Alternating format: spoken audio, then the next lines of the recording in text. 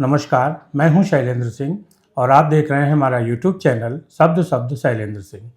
आज हमारे साथ बेहद ख़ास मेहमान हैं नीना मिश्रा जी, जिनका अपना इंटीरियर डिज़ाइनिंग का काम है और वो मॉड्यूलर इंटीरियर और कंस्ट्रक्शन इन तीनों पे काम कर रही हैं। क्या उनका सफ़र रहा है और कैसे उनकी कंपनी लोगों के बीच काम कर रही है, इस पे आज हम बात करेंगे। वीडियो में आगे बढ़ने से पहले आपसे एक छोटी सी अपील है कि अगर आपने हमारा चैनल सब्सक्राइब नहीं किया है तो सब्सक्राइब कर लीजिए, वीडियो को अंत तक देखिए और अच्छा लगे तो लाइक, शेयर और कमेंट भी कीजिए। शुक्रिया। नीना जी, बहुत बहुत आपका स्वागत है। नमस्कार। थोड़ा सा पहले तो अपने बारे में बताइए कि आपने जो इंटीरियर का काम कब से और कैसे शुरू किया।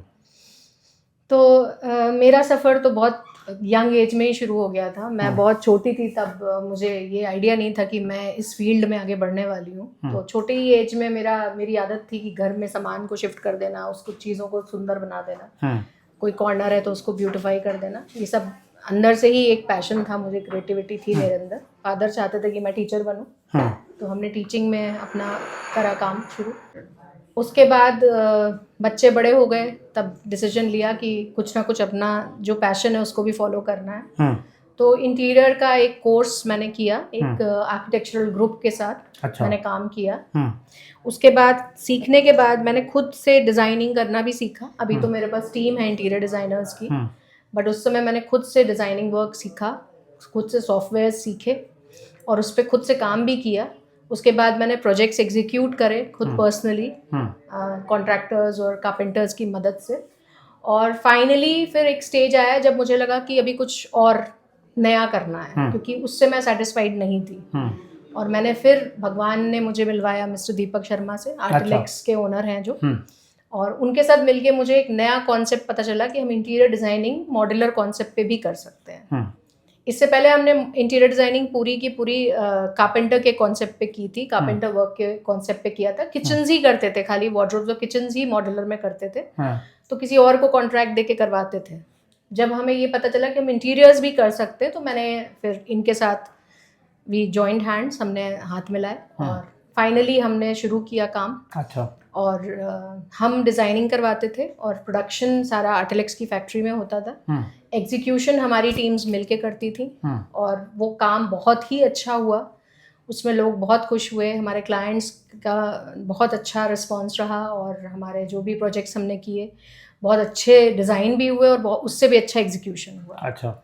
और उसके बाद फिर पूरी तरह से हमने ये शुरू कर दिया और अब हम कंस्ट्रक्शन लाइन में भी आ गए हैं।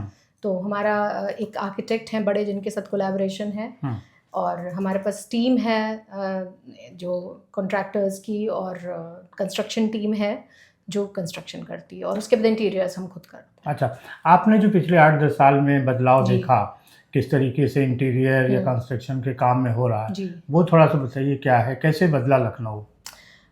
लखनऊ इस तरह से बदला कि देखिए, लोगों की सोच बदल गई है। पहले लोग कारपेंटर से वर्क कराते थे, खुश रहते थे उसी में। ग्रेजुअली जैसे जैसे मॉड्यूलर कॉन्सेप्ट शुरू हुआ आना, मॉड्यूलर किचन्स की नॉलेज बढ़नी शुरू हुई कि क्या डिफरेंस है मॉड्यूलर वर्क में और कारपेंटर बेस्ड वर्क में। लोगों को जैसे जैसे डिफरेंस हो, फिनिश पता चलनी शुरू हुई, डिज़ाइंस दिखने शुरू हुए, तो लोगों को भी लगा कि भाई क्यों ना कराया जाए। फिर लोगों ने इसमें इंटरेस्ट लेना शुरू किया, काम बढ़ना शुरू हुआ और अभी आर्टिलेक्स ने कम से कम 500 से लेके 700-800 किचन्स लखनऊ में इंस्टॉल करे होंगे और वार्डरोब्स भी करे हैं। तो वो करते करते लोगों का जब देखा इंटरेस्ट है तो फिर ऑब्वियसली, और लोग एजुकेटेड हो गए हैं। दिल्ली से, बैंगलोर से, मुंबई से अगर लोग आ रहे हैं तो उनको ऑलरेडी पता है मॉड्यूलर का क्या बेनिफिट्स हैं, क्या फ़ायदे हैं। और जब आप अपने आस पड़ोस में कुछ अच्छी चीज़ देखते हो तो ऑटोमेटिकली आपको लगता है कि हम भी क्यों ना करवाएं। तो और जब एक्चुअली क्या होता है, बाहर से देखने में चीज़ें समझ में नहीं आती। जब आप कहीं पे जाते हो, बैठते हो, चीज़ों को समझते हो, फील करते हो, तो आपको समझ में आता है कि क्या एक्चुअली डिफरेंस है। जैसे अब आप आए हो तो आप कुछ चीज़ें देखोगे, नोटिस करोगे, वैसे और भी लोग आते हैं जो देखते हैं, समझते हैं। अच्छा, एक सवाल बार बार लोग पूछते हैं कि क्या इसका बजट क्या होगा, क्या ज़्यादा बजट होता है, वो थोड़ा बताइए कि बहुत बजटिंग कैसे होती है। ऐसा एक मिसकंसेप्शन है ये कि मॉड्यूलर का काम महंगा होता है, बट ऐसा नहीं है। मॉड्यूलर फैक्ट्री फिनिश फर्नीचर जो होता है हमेशा इकोनॉमिकल होता है सस्टेनेबल होता है, लॉन्ग लास्टिंग होता है और ऑब्वियसली दिखने में भी ज़्यादा खूबसूरत होता है, क्योंकि आपकी फिनिशेस जो एक फैक्ट्री बेस्ड किचन में आती हैं या फैक्ट्री बेस्ड फर्नीचर में आती हैं वो आपको नॉर्मल कारपेंटर के फिनिश में नहीं मिलती। अच्छा। सेकेंडली कारपेंटर का काम जब शुरू होता है तो कारपेंटर आपको कभी भी एक एग्जैक्ट बजट नहीं देता है, वो आपको हमेशा घुमा के ही एक बजट पकड़ाएगा कि 2.5 लाख 3 लाख, पर जब आप काम करवाते हो तो आपका बजट उससे कहीं ऊपर चला जाता है, जो कि एक अगर कोई ब्रांड है जैसे आर्टिलेक्स या मम ग्राहम, हमारे यहाँ जब भी आप इंटीरियर्स कराते हो या आप कोई भी किचन बनवाते हो तो हम आपको एक शुरू में ही एस्टिमेट देते हैं, डिज़ाइन दिखा के, डिज़ाइन बना के आपको दिखा के उसका एस्टिमेट दिया जाता है। उस एस्टिमेट में आपका फाइनल जब हैंडओवर होता है तो उसमें एक भी रुपया ऊपर नहीं जाएगा, वो उसी बजट में ही काम होगा। अच्छा। तो आपको पहले से पता है कि मेरा इतना अगर बजट आया है तो ये इतने में ही मेरा काम होना है और ये काम मेरा होना, वो लिस्ट आपको दे दी जाती है। जैसे आप बाजार से सामान खरीदते हो, ग्रोसरी की शॉप में जाते हो तो आप सामान की लिस्ट देते हो, आपको उतने ही सामान का बिल होता है। वैसे ही हमारे यहाँ भी होता है कि हम आपको पहले ही लिस्ट दे देते हैं प्राइसेस के साथ, ये प्राइस में हम इतना काम आपका करके देंगे। उसके साथ आपको विजुअल्स भी दिए जाते हैं, 3D विजुअल्स दिए जाते हैं, जिसमें आप एग्जैक्टली अपने मकान के नाप के हिसाब से, जगह के हिसाब से और अपनी रिक्वायरमेंट के हिसाब से उस जगह को विजुअलाइज देख कर सकते हैं।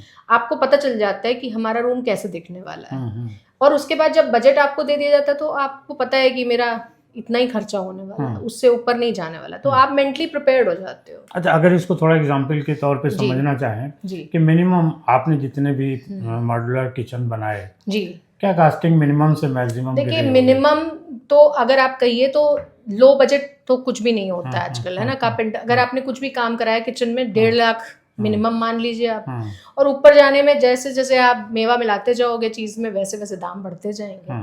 तो वही चीज़ इंटीरियर्स में भी है, मिनिमम में तो जो आपका बेसिक है वो हम आपको 1.5-2 लाख में ही करके दे देंगे, बट अब उसमें आपने कुछ ऐड कराया, जैसे आपको कोई एक पर्टिकुलर फिटिंग पसंद आ गई है, आपने वो ऐड करा दिया, आपने कुछ और एक आध चीज़ें ऐड करा दी, तो उसका कॉस्ट वैसे वैसे चीज़ का बढ़ता जाता है।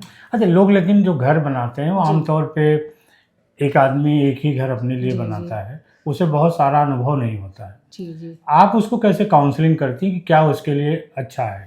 हम काउंसलिंग कभी भी नहीं करते। अच्छा। हम पहले उसकी रिक्वायरमेंट्स को जानते हैं, क्योंकि देखिए हमारे लिए हमारा जो मिशन है वो है क्लाइंट फर्स्ट।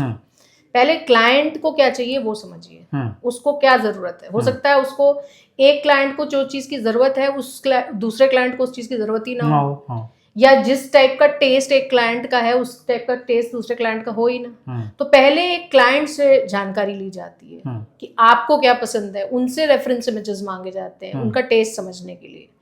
उसके बाद उनको उसी टेस्ट के हिसाब से डिज़ाइनिंग करी जाती है। अच्छा। तो और हमारा जो 3D डिज़ाइंस होते हैं वो हम शेयर करते हैं क्लाइंट के, उसमें हम रिव्यूज़ लेते हैं कि आपको क्या चीज़ पसंद आ रही है, क्या नहीं पसंद आ रहा है। उस चीज़ को समझ के धीरे धीरे ठीक करके 15 दिन का टाइम लेके ही हम डिज़ाइनिंग करते हैं। तो वो एक बार जब पूरा रेडी हो जाता है तब क्लाइंट जब अप्रूव कर देता है कि हाँ मुझे ये डिज़ाइंस पसंद है, उसके बाद हम काम शुरू करते हैं। अच्छा, मम ग्राहम के बारे में थोड़ा सा बताइए, इसकी शुरुआत कैसे की आपने? मम ग्राहम का मतलब पहले मैं बताती हूँ। ये एक संस्कृत वर्ड है जिसका मतलब है मेरा घर या मेरी स्पेस।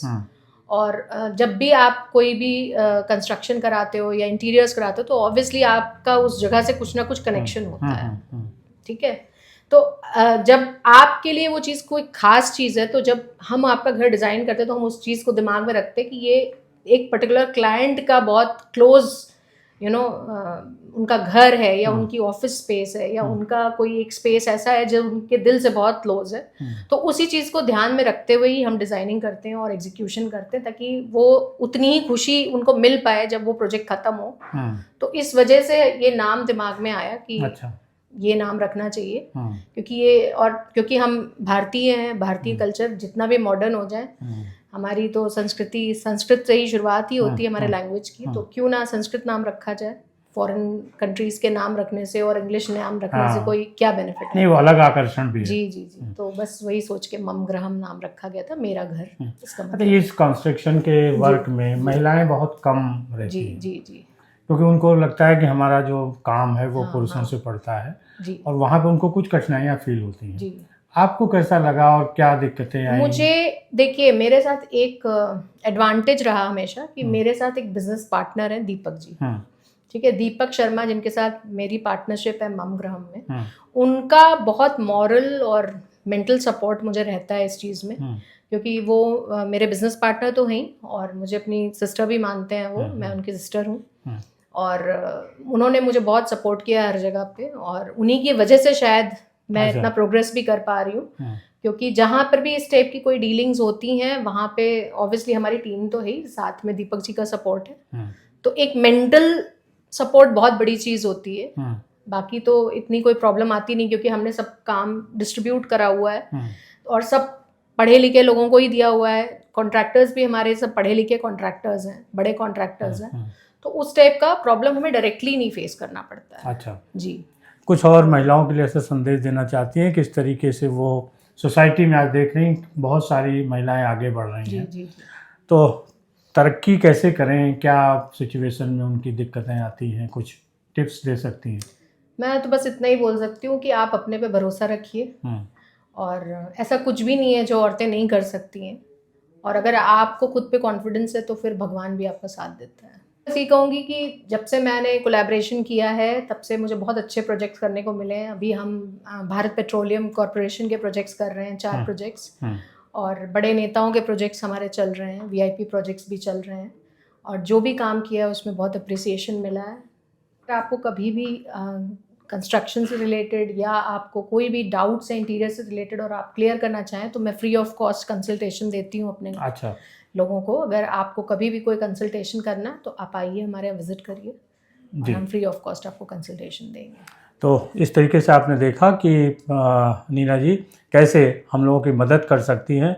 बहुत शुक्रिया इतने लंबे समय तक जुड़ने के लिए, और नीना जी आपका भी बहुत शुक्रिया। Thank you.